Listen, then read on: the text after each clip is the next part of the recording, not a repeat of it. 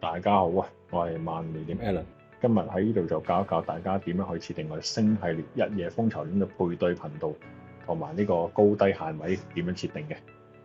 攞翻遙控出嚟，除咗俄羅斯，除去美蓋，跟住將呢個花掣向上拍，就進入我哋個配對模式。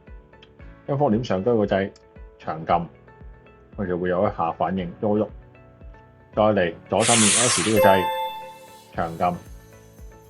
佢亦都會喐喐嘅，到時咁就進入已經配對頻道配對咗啦。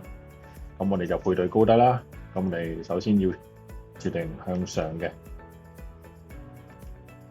設定個日點先，撳多下佢就會自己行，去到定位啱嘅就撳停嘴，去到夜點啦，就再撳多下佢就會自行嘅，跟住會撳停佢，咁就擰翻轉背面向上個箭嘴撳，長撳向上箭嘴。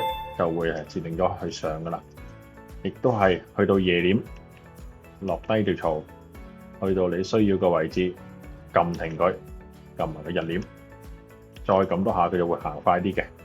撳到你需要嘅位置撳停佢，擰轉背個遙控，撳翻長撳向下箭嘴，佢亦都會喐喐，咁佢就完成咗個設定啦。跟住最重要一步，記住將個設定模式去翻一個用家模式 user 嗰邊嘅，咁你成個配對已經完成咗噶啦，佢自己會限一位嘅已經。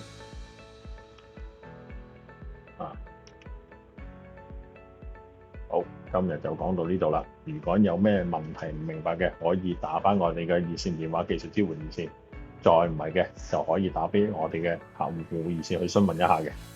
多謝大家收睇，拜拜。